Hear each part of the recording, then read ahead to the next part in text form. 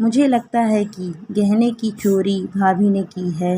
मुकेश की समझ में यह बात नहीं आ रही थी कि मुकेश की भाभी जब भी गांव आती थी, उनके जाने के बाद माँ उनसे यही बोलती थी कि मेरा एक जेवर गायब हो गया। शायद मैं कहीं रखकर भूल गई या मैंने कहीं गिरा दिया। इस तरह अब तक 4-5 बार हो चुका था। इस बार फिर छुट्टियों में सारा परिवार एकत्र होने वाला था। मुकेश ने इस बार ठान लिया था कि वह इस बार इस पहेली को हल करके ही रहेगा कि हर साल माँ का कोई ना कोई जेवर गुम क्यों हो जाता है। फिर पूरा साल कुछ नहीं होता। जरूर इसके पीछे कोई खिचड़ी तो पक रही थी। मुकेश और उसके भैया दो ही बेटे थे। मुकेश के पिताजी के। मुकेश के भाई भाभी दूसरे शहर में रहते थे।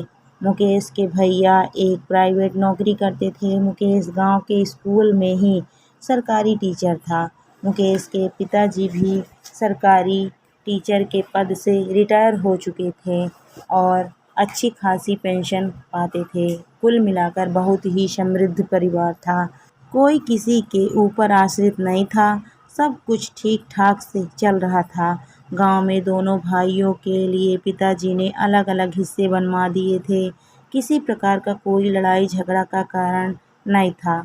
सब अपना कमा और खा रहे थे। पर अभी कुछ दिनों से मुकेश यह गौर कर रहा था, भाभी जब भी आती हैं माँ का जेवर, तब कोई न कोई गुम हो जाता था। वह भी उनके जाने के बाद। जब माँ बताती है कि जेवर गुम हो गया है, मुकेश ने सोच लिया था कि वह इस राज का पता लगाकर रहेगा, क्योंकि ऐसा हो ही नहीं सकता कि माँ का हर साल कोई न कोई जेवर गायब हो जाए और वह सीधे तौर पर कुछ कह भी नहीं सकता था। उसे यही शक होता था कि उसकी भाभी ही माँ का जेवर चुरा तो नहीं लेती, पर फिर उसे लगता था कि ऐसा तो नहीं हो सकता, यह उसके मन का वहम होगा। हो सकता है उसकी माँ ही खो देती हो। मुकेश ने अपनी बीवी से भी इस बारे में बात की थी। वह भी यही बोलती थी, यह मुझे तो शक होता है कि भाभी ही माँ के जेवर ले जाती है। उन जेवरों पर हमारा भी बराबर का हक है, पर हम भाभी के ऊपर चोरी का इल्ज़ाम कैसे लगा सकते हैं। मुकेश ने बोला कि यह भी हो सकता है कि सच में माँ के जेवर खो जाते हों और यह मात्र संयोग है कि जब भी भाभी आती हैं उनके जाने के बाद ऐसा होता है। पर यह भी तो एक सच्चाई है कि उनके रहते ऐसा नहीं होता। तब मुकेश की पत्नी ने बोला, हो सकता है माँ को पता ही ना रहता हो और जेवर निकल जाता हो, और जब पता चलता हो तब तक भाभी यहाँ से जा चुकी होती हो। खैर जो भी हो, हम किसी के ऊपर चोरी का इल्ज़ाम तो नहीं लगा सकते हैं। आखिर हम भी तो इस घर में ही रहते हैं। यही बात तो भाभी भी बोल सकती है कि माँ के जेवर कैसे गायब हो रहे हैं।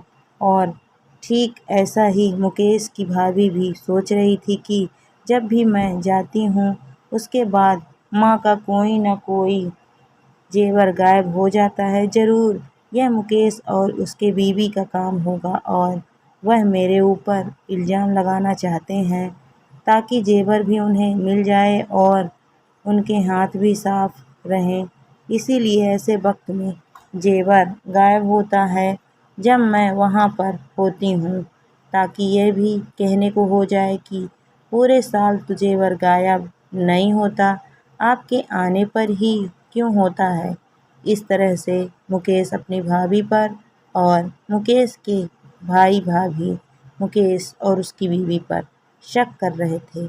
इस बार मुकेश की भाभी ने ही सोच लिया था कि वह इस पहेली का हल निकाल कर ही रहेगी। नियत समय पर मुकेश के भैया भाभी गांव आए। 2-3 दिन बहुत आराम से बीत गए। हर वक्त मुकेश के भैया भाभी और मुकेश और उसकी बीवी सतर्क रहते थे ताकि इस बार वह पता कर ही सकें यह जेवर कैसे गायब हो रहे हैं। अभी तक उन्हें कोई भी जानकारी नहीं मिली थी। अब मुकेश की भाभी के जाने का वक्त करीब आ गया था। अब मुकेश और भी ज़्यादा सतर्क हो गया, क्योंकि उसे तो अपनी भाभी पर शक था और भाभी भी ध्यान दे रही थी कि हो न हो अब जेवर गायब होने का समय आ ही गया है। अभी तक भी उन्हें ऐसा कुछ समाचार नहीं मिला। दोनों को लग रहा था इस बार हम कुछ ज़्यादा ही चौकन्ने हैं, इसीलिए जेवर गायब नहीं हो पा रहे हैं। दोपहर के वक्त खा पी कर सब सो जाते थे, बस सास अकेली जागती थी, क्योंकि उस वक्त बर्तन धोने वाली आती थी और बर्तन धोकर जाती थी। पता नहीं क्यों मुकेश और उसकी भाभी दोनों को ऐसा लगा कि अब 1-2 दिन में कुछ पक्का न कुछ होगा। कहीं हम जब सोते हैं तब तो यह कांड नहीं होता।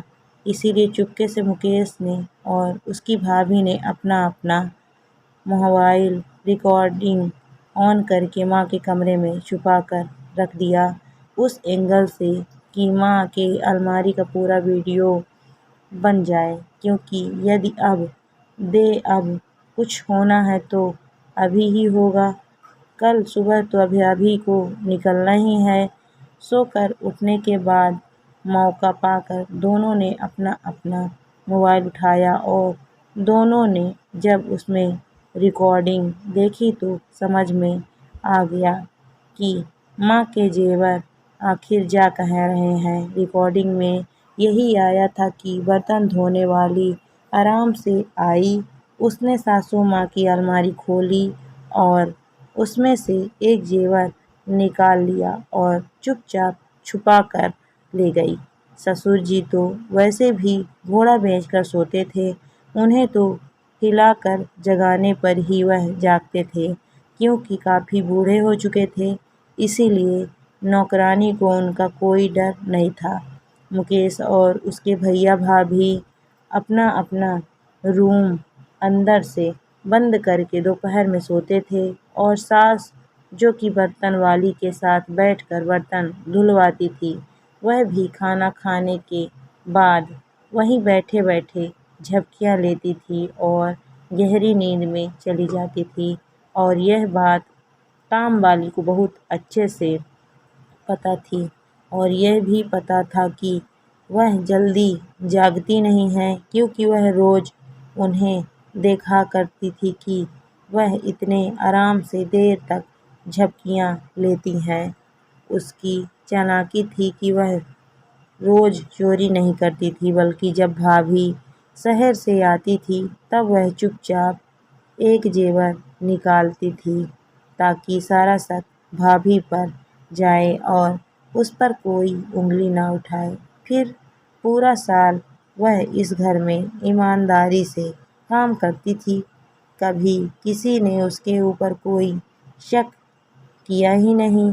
यहाँ मुकेश की भाभी ने मुकेश और उसकी बीवी पर शक किया और मुकेश और उसकी बीवी ने भैया और भाभी पर, और चोर तो कोई और ही निकला, और वह भी उनकी लापरवाही के कारण, क्योंकि घर में काम वाली के होते हुए वह सब बेपरवाह होकर सो रहे थे और बूढ़ी माँ के भरोसे उसे छोड़ दिया था।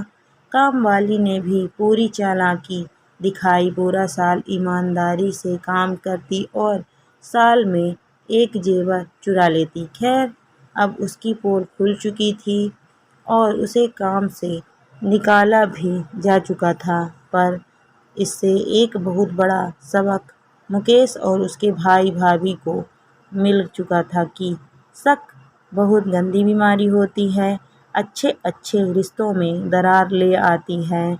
अच्छा हुआ कि उन्होंने कुछ भी बोलने से पहले खुद ही सच्चाई को जानने का फैसला कर लिया था, नहीं तो यदि वह कुछ बोलते तो बस रिश्ते खराब होते और कुछ भी नहीं।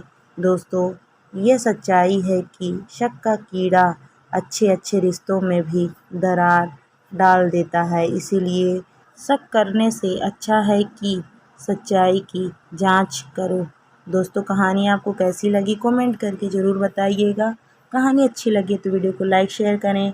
अगर आप मेरे चैनल पर नए हैं तो प्लीज़ मेरे चैनल को सब्सक्राइब भी करें। Thank you for watching my video.